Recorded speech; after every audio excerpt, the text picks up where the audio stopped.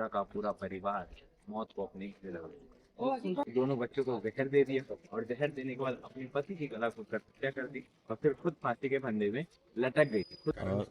Suicidal note एक प्राप्त हुआ है जो अभी जांच में है। पत्नी चंचल साहू, पति गोविंद साहू और 13 साल की बेटी दृष्टा और उसके साथ ही 11 साल का बेटा यशांत साहू ये बता है। सुसाइडल नोट के अनुसार उसने चंचल ने इस बात का जिक्र किया है कि रोज दिल से मरने से अच्छा एक बार मौत को गले लगाना है। सुसाइड नोट का जिक्र हो रहा है, उसमें लिखा हुआ है कि मैं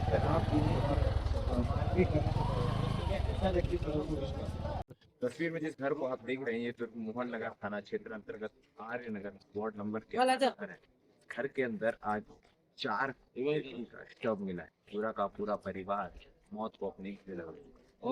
बता दें घर के अंदर जो पत्नी चंचल साहू, पति गोविंद साहू और 13 साल की बेटी दृष्टा और उसके साथ ही 11 साल का बेटा यशांत साहू ये 4 लोग रहा करते थे। नहीं, चारों का शव मिला है घर के अंदर। सुबह 8 बजे पुलिस को सूचना मिलती है कि यहाँ पर इस प्रकार की घटना हुई है। पुलिस जैसे ही मौके पर पहुंचती है तो मौके पर पहुंचने के बाद पुलिस को चारों के शव मिलते हैं और एक सुसाइडल नोट भी बरामद होता है। सुसाइडल नोट के अनुसार उसने चंचल ने इस बात का जिक्र किया है कि रोज दिल से मरने से अच्छा एक बार मौत को गले लगाना है। चंचल अपने पति की शराब पीने और मारपीट करने से काफी परेशान है। उसके कारण उसने अपने दोनों बच्चों को जहर दे दिया और जहर देने के बाद अपने पति की गला घोंट कर हत्या कर दी और फिर खुद फांसी के फंदे में लटक गई थी, खुद आत्महत्या कर लिया। अब इस मामले में और बहुत कुछ खुलासा आगे हो सकता है। क्या मूल वजह है उसकी सुसाइडल नोट कितनी सही है कितनी गलत, क्योंकि पति को खुद एक महिला मार सके इस प्रकार की स्थिति कैसे है? क्या पति ने बचाव नहीं किया या चारों ने मिलकर यह तय किया कि इस प्रकार के कदम उठाए जाएंगे? आपको बता दें कि आसपास के मोहल्ले वासियों के द्वारा मिली जानकारी के अनुसार ऐसी बातें निकल कर सामने आ रही है कि गोविंद और चंचल जो है उन्होंने लव मैरिज की थी और कुछ ही दिन पहले तिरुपति बालाजी से दर्शन कर आए हुए थे, क्योंकि पूरा का पूरा परिवार जो है वो मुंडन है और तिरुपति दर्शन करके मुंडन करवा के वहाँ से आए हुए थे। अब तक जानकारी मिल पा रही है पति से परेशान होकर चंचल ने ये कदम उठाए। बार बार रोजाना की लड़ाई, रोजाना के शराब पीने की काफी परेशान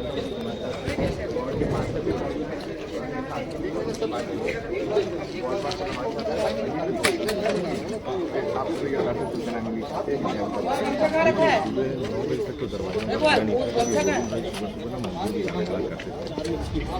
जब उनके परिजनों ने भाजी ने खोला दरवाजा तो जो सीढ़ी दे करके वो मैंने जहाँ तक देखा है सुना है गोविंद भाई और भी ऐसा इतनी बड़ी घटना को अंजाम देते ऐसा सोच नहीं सकता। आपस में कोई उनका आपस में कोई विवाद भी नहीं था और कल शाम की घटना जिस सुसाइड नोट का जिक्र हो रहा है, उसमें लिखा हुआ है कि मैं शराब पीने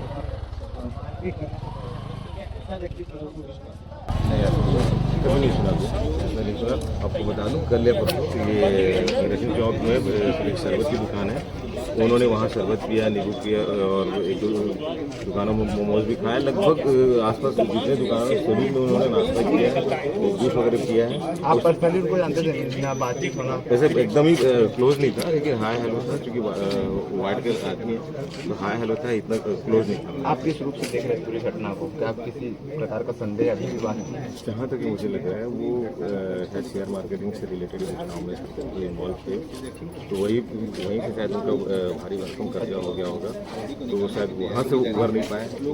ये आशंकाएं हैं, ये सिर्फ और सिर्फ ऐसे हम लोग धारणा अनुमान लगा सकते हैं, कोई श्योर नहीं है। एक्चुअल तो जो विवेचना करेंगे पुलिस वाले वही बता पाएंगे एक्चुअल घटना। आप उनका आसपास आप लोग का रहने का होता है आसपास? ये इनकी दुकान में आए थे, इनके दुकान में आए थे। आपके दुकान में कल आए थे आखिरी बार क्या लगा रोजाना की तरह सामान परिवार खस्ता खेलता था जी, खस्ता खेलते आ रहे थे, खस्ता खेलते सब जगह मेरी दुकान क्या पूरे चौक में, मतलब जहाँ इनको लगे कुछ खाए पिए वैसे से खा रहे थे। तो जैसे ही आपको आज सुबह इस घटना के बारे में पता चला और साथ ही साथ ये पता चला कि सुसाइडल नोट मिला है जिसमें लिखा है कि काफ़ी परेशान थे, तो कल तो ऐसी कोई स्थिति दिखी नहीं, तो आपके मन में क्या चीज़ है? मेरे मन में तो ऐसा तो नहीं है कि वो किस जबरदस्ती बोलेंगे, नहीं लग रहा है ऐसा कुछ। मतलब इस कहानी के पीछे कोई और सच्चाई भी छुपी हुई है, ऐसा शक है? नहीं, ऐसा शक नहीं लग रहा। तो ये देख सकते हैं कि अभी सामने भारी नंबर लगा हुआ है।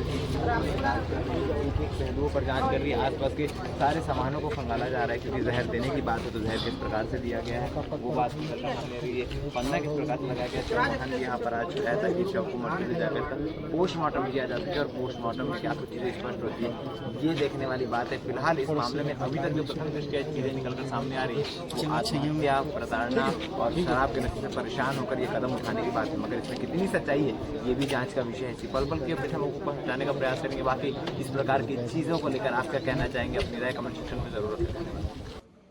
मोहन नगर थाना क्षेत्र के आर्य नगर में एक सूचना मिली थी 4 डेड बॉडी मिलने की, जिस सूचना पर यहाँ पुलिस टीम आई हुई है और जांच कर रहे हैं, जिस पर पति पत्नी और उनके 2 बच्चों की डेड बॉडी मिली है।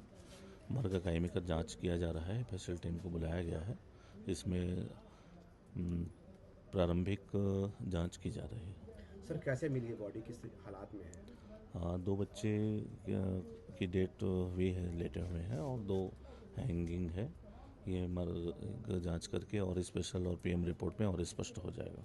क्या कोई सुसाइड नोट वगैरह मिला या कारण इसके अभी तक कुछ सुसाइडल नोट एक प्राप्त हुआ है जो अभी जांच में है, उसके बाद क्लियर हो पाएगा। घर में कौन कौन लोग थे और क्या ऐसी कोई एक दिन पहले कोई घटना ऐसी हुई? ऐसी कोई घटना अभी स्पष्ट रूप से नहीं आ पाई है।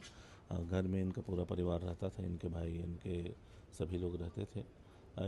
जो घटना हुई है वो सेपरेट इनका रूम था, उसमें घटना हुई है। सर इतनी बड़ी घटना को अंजाम दिए सर कि कोई ऐसा सुसाइड नोट में से कोई पॉइंट्स मिले क्या जो वो हमारा पुलिस का मर्ग जांच का विषय है, जिसको ऐसा प्रत्यक्ष करना ठीक नहीं है।